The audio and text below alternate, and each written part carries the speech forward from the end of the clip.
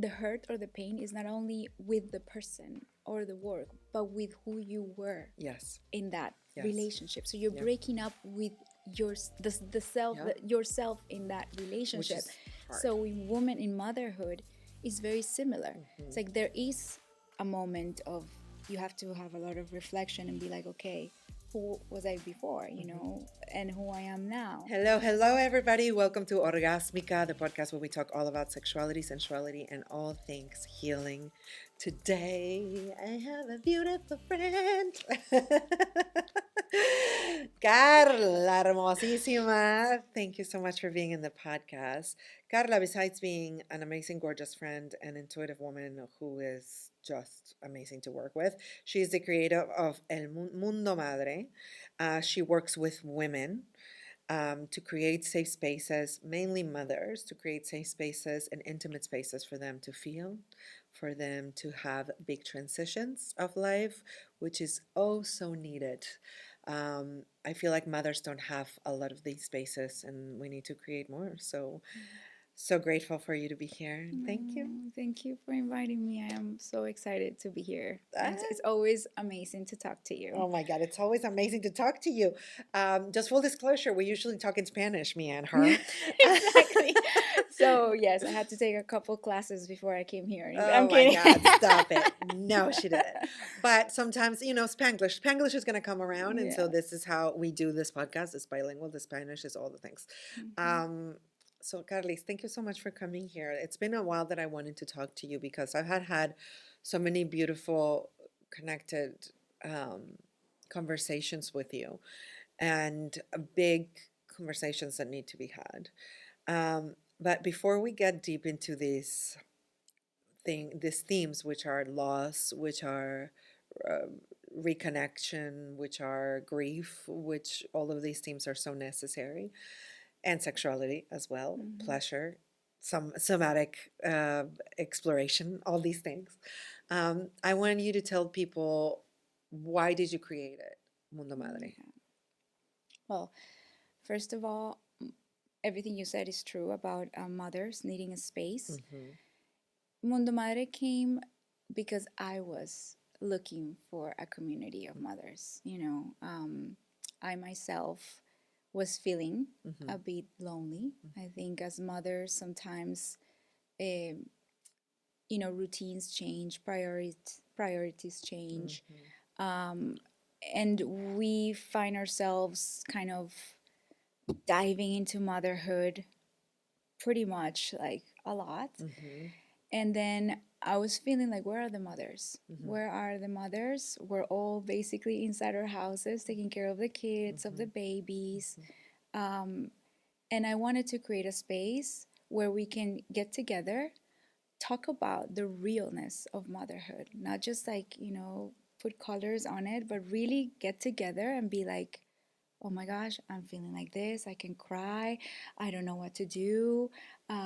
I feel like what's going on. And for other moms to feel like, oh, me too. There's a lot of, you see in social media, you see a lot out there that is like this perfect motherhood and Pampers commercials, and the truth is that it's not like that. So I feel like we need to normalize it. And a space like this was crucial for me. So I wanted to create something like that. And also for it to be creative. Motherhood comes with a lot of creativity. When you birth a human, you're using your most creative like part of your body. So why not bring creativity again to motherhood? So I wanted a space like that where you can just get together with other moms, talk about the realness of motherhood, but also be creative and come back to that creativity. I love creativity because creativity is a space where judgment doesn't fit. Like you cannot have creativity and judgment at the same time. Yeah. And curiosity is in between them too. And curiosity is definitely like a no. Judgment, you cannot come in here because Yeah. I am curious about everything. So that's kind of like the space for Mundo Madre. That's amazing.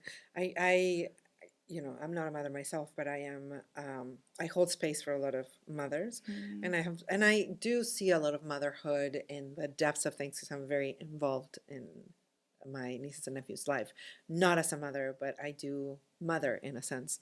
And I Mm-hmm. do see my sister, and I do see moms, specifically my sister. It was very interesting to see her in that transition, in that space, and um, letting her have those feelings, right? Mm-hmm. Because a lot of people want to fix a mother's feelings. I was like, oh my God, I'm exhausted, or I don't think I can do this anymore. And it's like, but look how beautiful your daughter is. You know what I mean? It's like covering the feelings of it.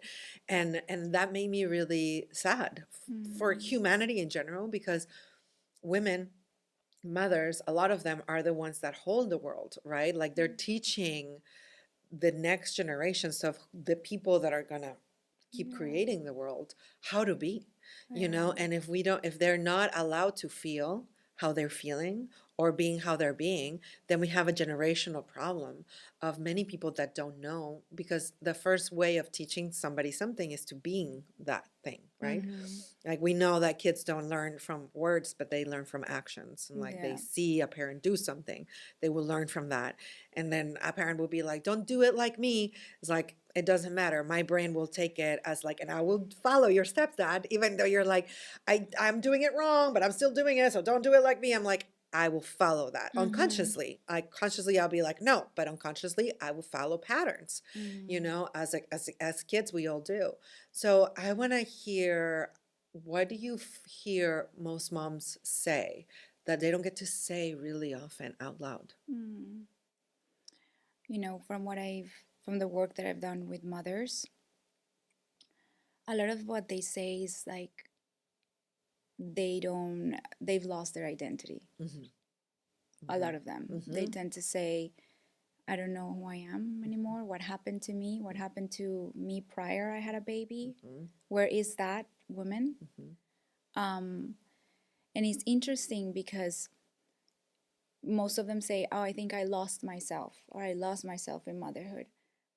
But I will invite mothers to think not, oh, did I lose myself? It's like, no, she's there still. It's like, how do we bring her back? Mm-hmm. It's not that you completely change or that you're a completely new woman. No, you're still you. Mm-hmm. It's just a matter of also understanding that there's so many things happening after you have a baby. Mm-hmm. Biologically, your own body. Like, Hormonally, like it insanely. changes so much. Yeah. We cannot expect that after we were literally creating an eye, a leg Yeah. for 9 months in our body, Yeah. that you're gonna have a baby and then everything is gonna be back to normal. And I Mm-hmm. think that's what maybe society has made Mm-hmm. us think or Mm-hmm. believe, that we just have a baby and then tomorrow we can wake up and we can go to a spinning class and then go and join our friends and have like a martini and like, Mm-hmm. no, there's gonna be a transition, Mm-hmm. and it's okay to have that transition. Yeah. So most of the moms say like, I don't know who I am, I lost my identity, but it's because no one really talks about the transition of it, Yeah. the acceptance of it, Yeah. and seeing it from a different perspective. Do you think So, seeing the loss of it as well? Because I do feel like, and I was talking to Jazz, which we did an interview with her yesterday, about a death that happens, right? Um, and she is like, well, not necessarily. She's like, you don't die, but I'm like, there are parts of you that will probably never necessarily be the same, and that's okay. mm-hmm. But there's also a grieving, and there's certain societies and certain cultures that they used to give space for women to grieve also. Mm-hmm. You know, I feel like right now it's like, you have a baby. Aren't you the most excited that you've ever been in your entire freaking life? And you're like, yes, but I'm also the most tired. I'm also the most overwhelmed. I'm also like, who the fuck is this person that I'm looking in the mirror? Like all these things that are happening, and we don't give space for women to feel those things and be okay feeling Yeah. those things. And just because you have an ecstatic thing, it's interesting because I feel like a lot of the world doesn't have capacity for yes and Mm. things, Mm-hmm. It's like you can be madly in love with your husband and I don't like you right now Yeah. because you're pissing me the fuck off, Yeah. But that love still there. It's not I stop loving you, You can be madly in love with your child and being like, what the fuck is this? And like Yeah. being incredibly overwhelmed and like not recognizing yourself and also being in pain of that, because it's okay to Yeah. feel pain for that. 100%. And I love you touched on something so important that is about death, or when something has ended, you Mm-hmm. know, the grieving of it, the acceptance of it. The I always think about, like, you know, when you are in a relationship, Mm-hmm. or when you are working at a certain company or something, and something ends, right? You Mm-hmm. your relationship ends, work ends.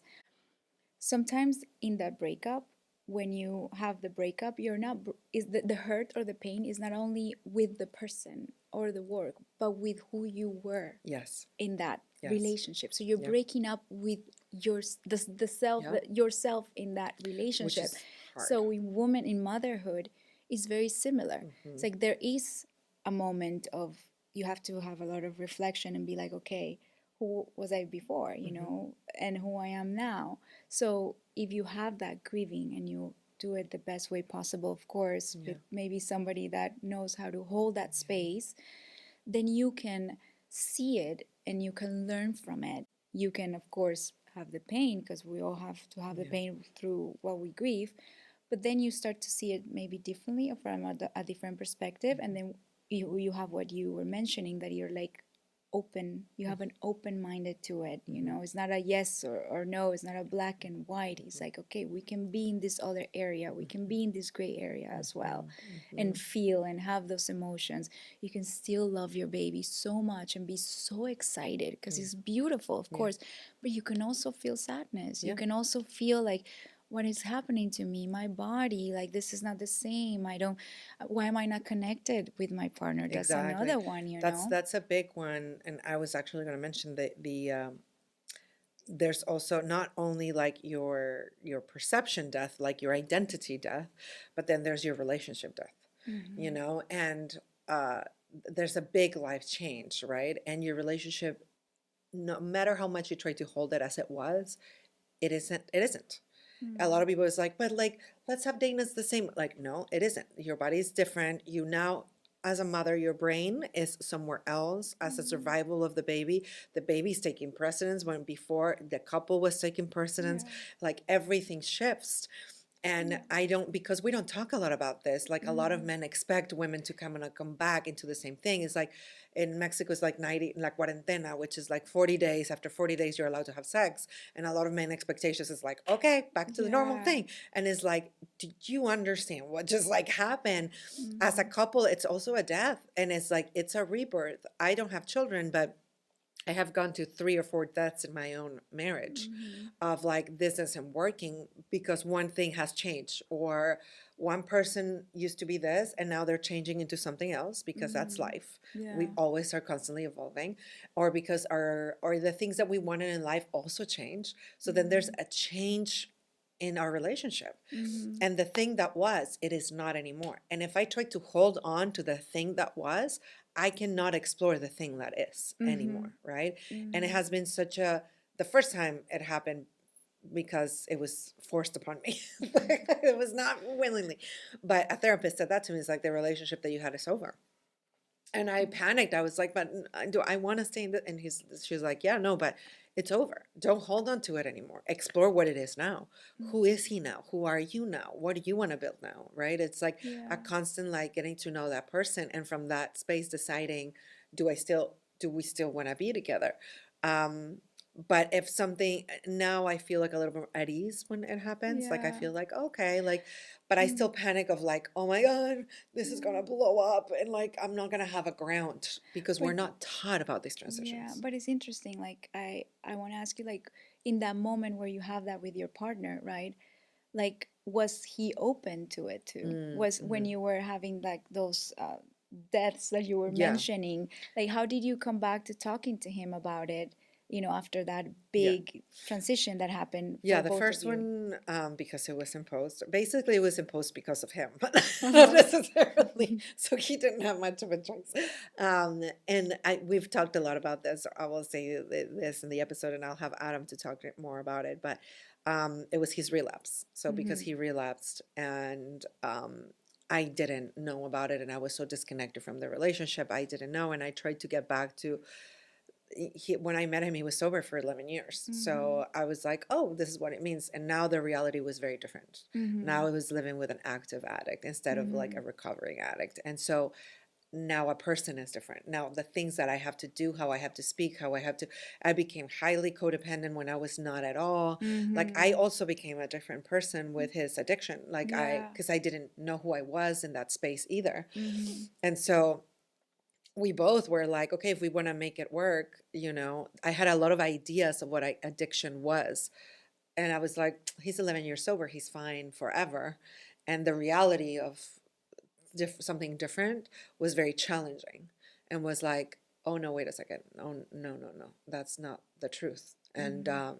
so this is now a different person Mm-hmm. and I'm a different person. Yeah. And if we still want to make this work, because we can both walk away. Mm-hmm. Yeah. But if we still want to make this work, I have to get to know him in that space, and he has to Yeah. get to know me in this space. And that exactly is what needs to be also done when after you have a baby. Mm-hmm. You know, exactly what you just mentioned, like, which is beautiful because I think that we forget that Mm-hmm. there's been a big life transition, Mm-hmm. most, you know, most of us, especially men, are not educated on this area. Mm-hmm. Sometimes they don't know. They don't know. So if they were to understand the biology of what's happening in a woman, if they were to understand a little bit more of like the emotional state of the woman, Mm-hmm. and then the women will be able to communicate, Mm-hmm. or have that openness because the man is giving that Mm-hmm. openness, then it would be totally different too. Yeah. Because that's something that I've also noticed is that most couples, especially after a baby, they can have a period of time where it's a lot of clashes Yeah. because they have expectations, they don't Yeah. have the communication, and they have big expectations of how it should be. But the truth is that nature has a completely different A whole other a thing. timing, a different timing. So, Yes, yes, a exactly. different timing. It is important. That's why it's also important that men, like, we talk a lot about women in this space, Yeah. and women are very prone to, okay, let's create circles, let's create Yeah. spaces, and men don't. And they're so fucking needed too, and like this whole, right now, there's a lot of conversation about the loneliness pandemic of men. Mm-hmm. And it's like, okay, they're already like, and I think the reason being is because they don't have these spaces. Yeah. It's also very interesting that a lot of my friends, when they get married, they keep their friends and create other friends and go into these spaces of mother circles and all these things. And the men, they Yeah. stop having friends. A lot of my friends are like, my husband doesn't have any friends. Yeah. Like, they have couple friends together, Yeah. but they don't have like their friends. They're friends. And it's so interesting because they are not, unless, or it could be spaces where like they're just drinking beer and they're watching football, but they're not having conversations, they're Yeah. not talking about the things. Yeah. So I think it's Jane Fonda who said that women, they sit in a circle and they look at each other, Yeah, and men sit down in next to each like other. next to each other looking at something like a Yes, game and they stuff. cannot look at it. I'm like, Jesus fucking Christ. One of the things that I highly appreciate of spaces like AA is that, Yeah. like, I saw Adam, having a space, a group of men, and I would go to AA meetings. I would go to Al-Anon meetings as well, after what happened, and uh, I would see these men, with tattoos and beards and like coming in motorcycles and like so badass and like get in that space and just cry their eyes out. And another man like hugging them and being Yeah. like, I hear you, I'm there for you. And I'm like, how it's like, oh my God, it sucks that it can only be for that spaces, that I'm Yeah. so glad that they have them for all the addictions like NA and Love and Sex Anonymous, like all the things. Yeah. But we need more spaces outside of that. Um, Yeah. and because I have friends that are like, oh, I wish I could just go. I'm not an addict, but I wish I could have that space where Yeah. it's okay to, no matter what, share your feelings. And it's expected of you. It's not just normal. It's not just normal. It's expected of you to share how I you're agree. feeling, because that's AA. It's like you have your time and you share how you're feeling and da da da. And the other people cannot interrupt you. They have to listen to you. So you have in a space of listening, and then, but what you see around in the room when you're sharing your shame story of like, this is what I did, and like, this is what I've done, and like, I realized, and I did this and that, and you see a sea of heads going like, I hear you, like, I'm there for you, you Yeah, know? they're seeing that, They're and they're seeing it. feeling seen. And I feel like Yes, at the end of the day, that's humans, that's all we want is that's all to we be want. seen, and that's beautiful. I've been seen very little, you Mm-hmm. know.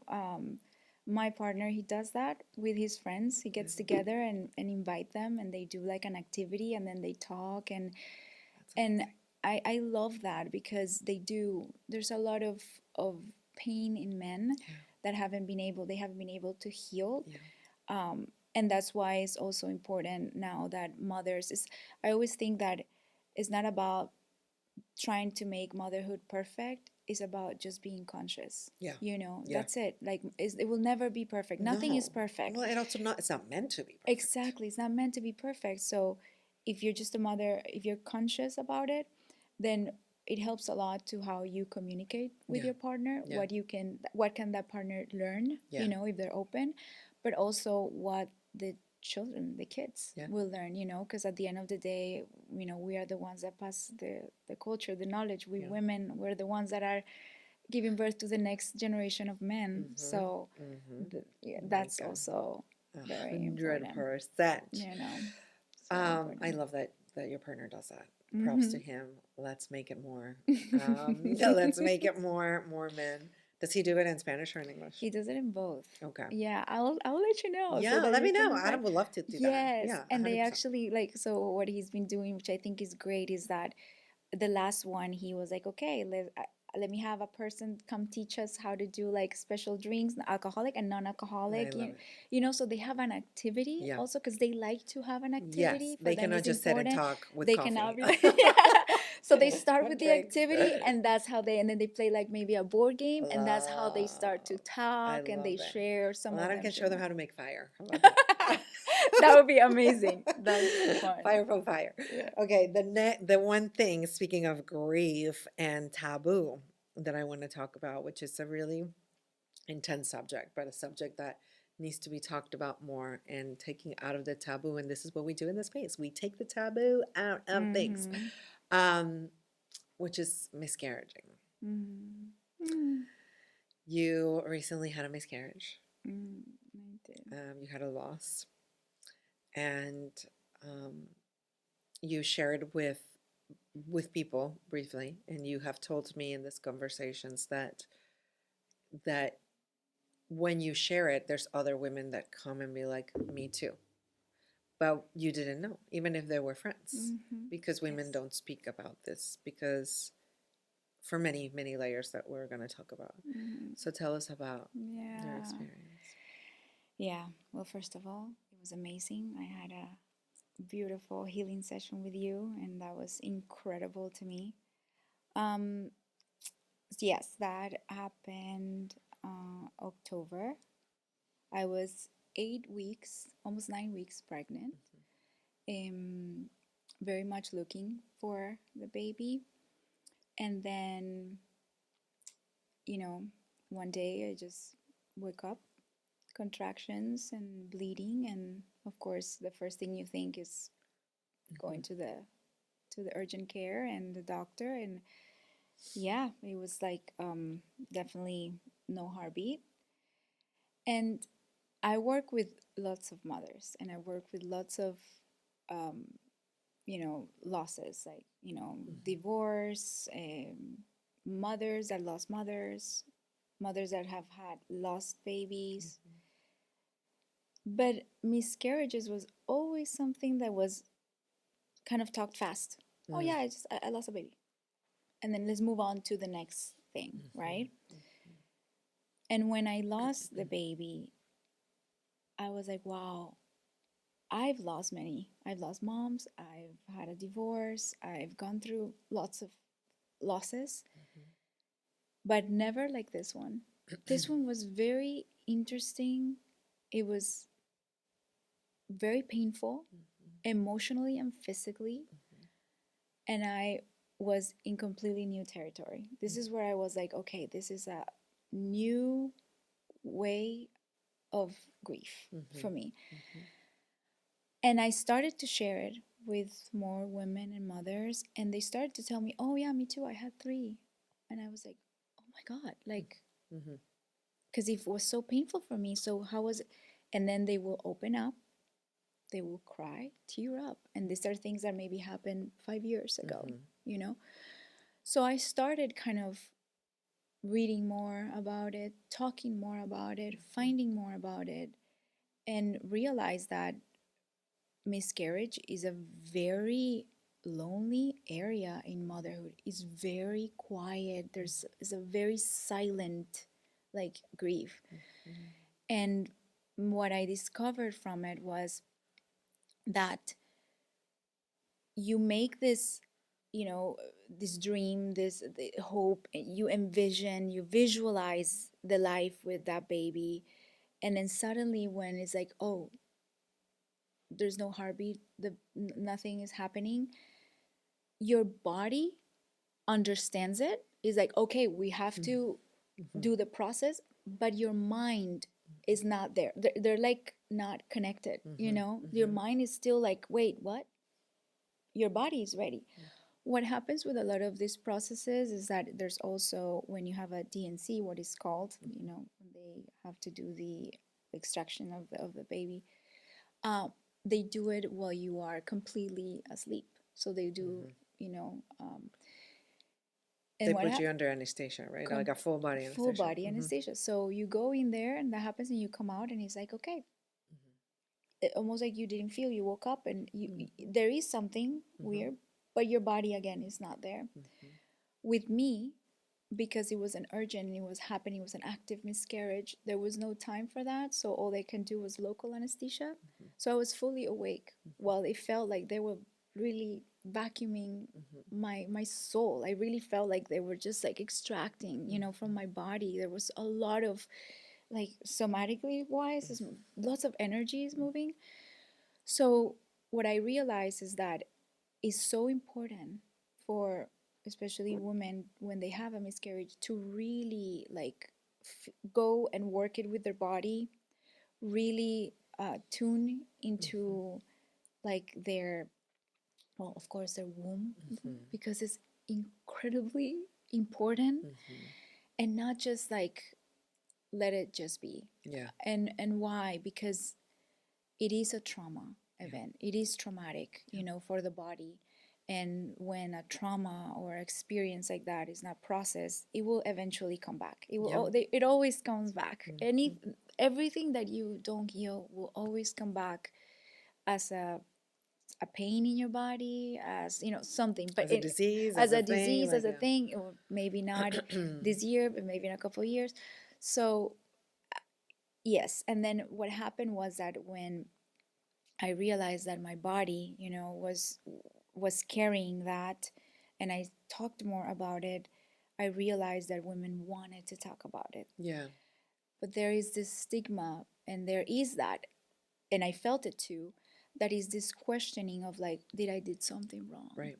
You know, was it because I walked a mile? Was it because I had more coffee that you start to make all of these questions that Mm-hmm. really, even though you can be incredibly emotionally intelligent Yeah. and you can be like, no, that is my mind going to a place that Yeah.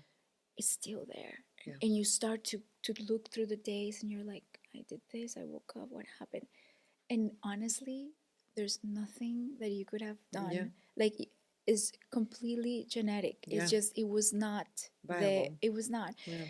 And there was something that I heard that a friend told me that I thought it was beautiful, and it was like, you know what, the baby needed to go back and get healthy, Mm. and then come back as another soul again. Yeah. So let it go, and there's just a lot of you know, ways of thinking of it, but it's beautiful to look at it from a different perspective and Yeah. different, and not judge yourself, not like, even though it's gonna happen because it's our natural, Natural. we're normal, it's normal to do that, but to think that it's it's just something more than we cannot even like Yeah. explain. It's universe, it's something that It's something bigger, is right? bigger, it's Because so it much feels like bigger. the loss from what you're saying it happens in all the realms, and we only want to deal with it in the head realm. Mm-hmm. So because we understand it logically, then it's like the mind, which is like, did I do something wrong? All of these things. Then it's the body, right? Mm-hmm. Somatically, that there is a huge loss that happened. And then there's spiritually, Yes. right? That there is like, we have to understand the why me, why this, why that. And so like and then also another realm that it's the couple, Yeah. right? Then we'll talk about the couple, but how it like affects the couple and how it affects the men or not, because a lot of the women go through this by themselves, meaning like they had and for the men they didn't, there were expectations and things and that and thing, but they didn't necessarily lived it in biologically. So a lot of the times we leave the man on the side when it comes to a loss, when it also hits them in a different way. So tell me, because I remember you telling me about your partner was there watching the procedure. Yes, he was there. Yeah. He was there. He wanted to be there. Yeah. He almost fainted. Yeah. It was incredibly intense for him. He cried a lot, because he wanted the baby as well. Yeah. So his way of grieving it, Yeah. very different, but in a lot of ways it was similar. He was there with me, and I think that the fact that he was there with me made him see a part of womanhood that he's never seen. Yeah. He told me, like, you're the strongest. Like he couldn't even Comprehend. comprehend Yes. what happened, and so the importance of men being next to the women when that's happening, not like, oh, go wait in In the no the no like waiting room. be No, no, no, there no, with no. you. Yeah. Also with births, Yeah. sometimes the fathers are not there, but because they get to see, they get to experience it, and they get to, even though they're not feeling in their body and they probably will never understand what that feels, they can be there, Yeah. and acknowledge it, And they can hold the and they space. can hold the space. Yeah. Exactly, they can hold the space. For him, we cried a lot together. We talked a lot about it together. We wanted to do that. I believe in a lot of esoteric, mystical things. So I do psychomagic. So I did a lot of psychomagic with the baby. We did it together too. I wrote a letter to the baby. I wanted to do all that. I wanted to do all those processes where you ritualize it, and so for him, it was also a big transition. I remember that we got back home, and he was like, I don't want to work. I don't want to do anything. I just want to lay down in the bed next to you. And we lay down. We were just in the bed for like 3 days, because I couldn't really. You cannot really move or do much, and of course you're crying and crying and crying. And he was just there, and he was just there with me, crying, and we were talking about it. And there were moments that I will questioning, and he will question. We will talk about it. But something we realized, that I always talk with the people that I'm working with, is that, and you mentioned the why, and it's like, we're always, why did this happen to me? Why am I like, why are we not asking for what? For what did this happen to me? Because when you change the why for the for what, the answer is completely different. When you say why, You because get this the and that. victim, right? Like you go Exactly. from victim to purpose. Exactly. With for what? For me to learn about this. For me to look at it from different eyes. For me to open my mind. For me to look inside myself. So the answer is different. So I think Yeah. we started to do that more, and to like, for what? Maybe for me, for him, Yeah. to to to love the process more when Yeah. we were trying to have a baby, maybe to uh, be more open-minded to what are the other options, Yeah. as well, because people don't talk about it. They just said, like, okay, let's have a baby. Yeah. And then, but what happened if it doesn't work? How are we Right. going to work through it? Yeah. Are we going to be together? Can we is this a non-negotiable? Is this like, so that there are not like then oh, you this, you did Yeah, this, you they're did. not resentments like seeping Exactly, underneath. Yes. exactly. So it's important to talk about all those things and to 100%. so 100%.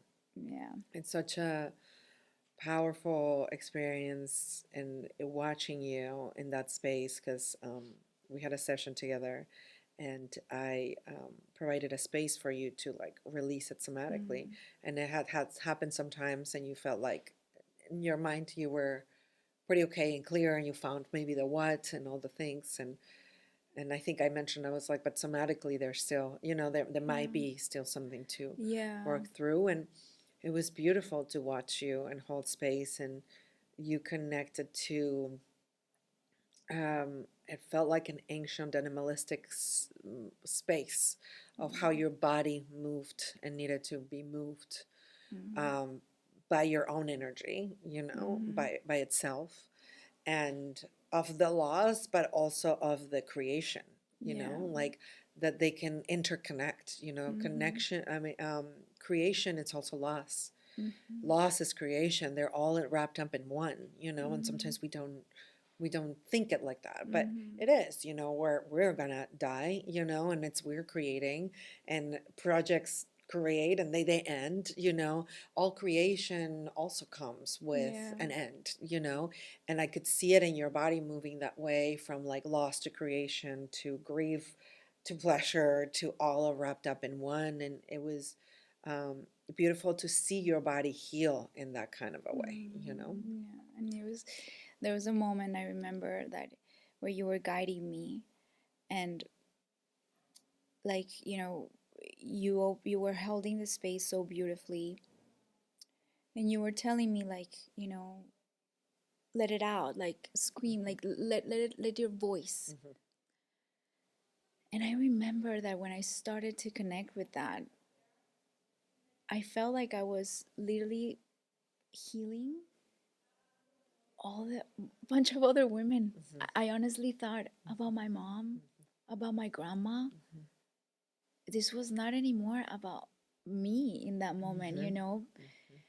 And I think that that work, the work that you do, especially with the body, because it's so much. It's also your nervous system in Yeah. there, right? Yeah. Like, but there's so much that it goes back to all of our ancestors. Of Yeah. like, I never really talked to my grandma about miscarriages or Mhm. losses or Mhm. and I was in her womb Mhm. Mhm. when she was pregnant Right. with my mom. Yeah. So when we think about all of this, it's very it's beautiful to be able to move the body, to heal the body Mhm. when you have experiences like that, like especially a 100%. miscarriage. It's so important to tend it to. Yes. She is so important Yeah. in our bodies. Yeah. She creates so much. Not only babies, she creates projects, All the things. dreams, All the things experiences. create. It's not about just babies, like that's another thing is that when we talk about it, Yeah. it's not just humans. It's Yeah. like we're constantly creating so Yes. much as women. And there's somebody told me once that if you don't know how to move your body and especially move your womb through all the losses that you had, not miscarriages, but like projects, dreams that never accomplished, relationships, Mm, like that your womb becomes a cemetery um, of all the things that you didn't let go of. So it's not a life. It like becomes like it sucks the water off of it, it makes total sense. It you makes know? total sense. And And so what we need to do is water it, like let the things go from our body so they can water it and that can become a fertile space, not only for kids, but for your life, mm-hmm. like so it's not like a sucked dry cemetery of all the things that you created and didn't happen or relationships and all the men that are in there and like you didn't let go of and like you're Yeah. still holding on to and like they suck the water out of it. Yeah. And so Oh, it's important I to do love that. that. Wow, I Yeah. love that. It's I love that. important to do It that. makes so much sense. It Yeah. makes so much sense. Yes. Yeah. How has your sexuality if any, has changed after something like this? I love that question. Um, there was somebody that told me that I have to talk to my vulva and my That's right. vagina. I know. And so you mentioned that in one of your seminars, and I love that about it. When you said that, I communicate with her a lot, like honestly, so much. And when that happened, the doctor says that after 6 weeks, you're You can have no, not 6 weeks. Sorry, like yeah, 6 weeks. 6 weeks. Yeah, 6 weeks. And 6 weeks came, and I was not ready. I was not ready. I was not about the healing. It was more about emotionally, mentally. Yeah. Like I was just like, no, I don't want anyone to go in there. Yeah. Like she, and I was able to communicate that to my partner and say like, I'm having a connection with her. Like I explained to him everything that I learned. I love it. Because me and my vagina have been talking a lot. I love and to we do have that. decided. But I love that. That- And men need to understand that Yes. too. So I love it. I Yes. communicate all of the things that I learned. I'm like, hey. Yes. So I communicated and I was like, it's not time. So it took a little bit, and it was very much, I was very respectful with my body, especially after that, to take it one step at a time. It was not right away. It had to be very gentle. Like at the beginning, I just wanted to cuddle. I just wanted to do that. Then maybe a few days later, maybe I wanted to kiss. It was not.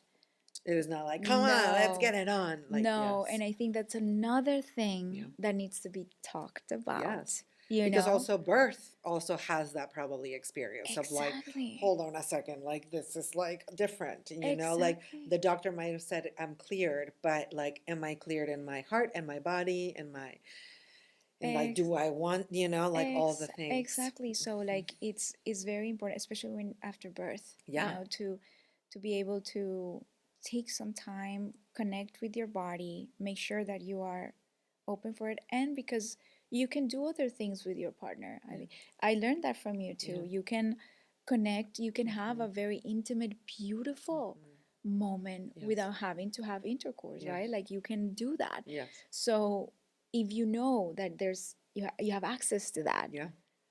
then the love, the caress, the intimacy is still there. Yeah. But in just a very slowly process. progression. Yes. Of it, for sure. And that's beautiful too. That makes the couples, and it makes you and your partner because you can connect stronger. even more. Do you feel more connected to your partner I now? feel so much more connected after that. Yeah. After that, and like, it was honestly like I've never had a miscarriage before like that. So it was very beautiful to have it with somebody. Make it be conscious, for both of us to really navigate it, and for him to be open, and to have the tools to communicate as well as a woman, to have to be that, to have that. You have to having work him a lot. receive it in a beautiful way too. Exactly. Because that's also the work of men.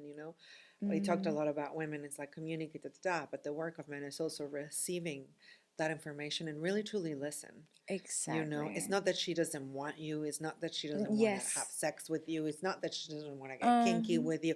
Is that in that space, she's not in that space in that moment, and it's for herself. And you get to now be in the masculine energy, which is holding space without controlling. Yeah. You can get to hold the space, listen to her, and then saying like, okay, I would love to cuddle or touch or touch you, feel you. And if she is in that space, then you get to also do that and connect with her. It's not all or nothing. There's like so many things in between that can connect without betraying yourself. Yeah. In that kind of way. I love it. So the last question that I ask everybody is, what is an orgasmic life to you? An orgasmic life to me, it's finding the deliciousness in everything. It's truly just savoring every minute of everything, of you know, the moment that you have with your family, with your friend, the present, just being present. That to me is that. I feel like, you know, for an orgasm to be, you gotta be present Yes. and enjoy it and Yes. truly be open. So to me, an orgasmic life is being as open as possible, as curious as possible, and as being as present so that you can truly see the beauty and the value of that moment. Mm. Mm-hmm. That's beautiful. Thank you, Carly. Please tell everybody where they can find you, how they can get in contact with you. Yeah, you can find me in Instagram in Mundo Madre. And then also I have my personal, which is Carlis with 7 eyes. And yeah, I mean, just find me in Instagram, DM, if you have a question, if you want to work together. I also do lots of really cute, cool, creative events where I gather women and we get together. Um, I also read tarot, so there's a lot of tarot That's events, right. events with tarot. Amazing. Yeah. Well, thank you so much for being in this space, for Oh, sharing your thank vulnerable you. self. And everybody, please share this episode. I know there's women that you probably don't know, but they need to hear this. I mean, you probably know, but you don't know that really they need to hear this because maybe you don't know that they had a miscarriage. And this will actually really, really help them. So please share with all your friends, also your men friends, to see how a man can support a woman through all of this, how they can have conversations like this in such a beautiful way. Send it to your partner. Maybe that is a way that you can start that conversation. And rate us, give us a comment. What is it that you think? What do you want to hear most? All the things. Thank you so much for hearing, listening, watching, and I'll see you in the next episode. Ciao, ciao.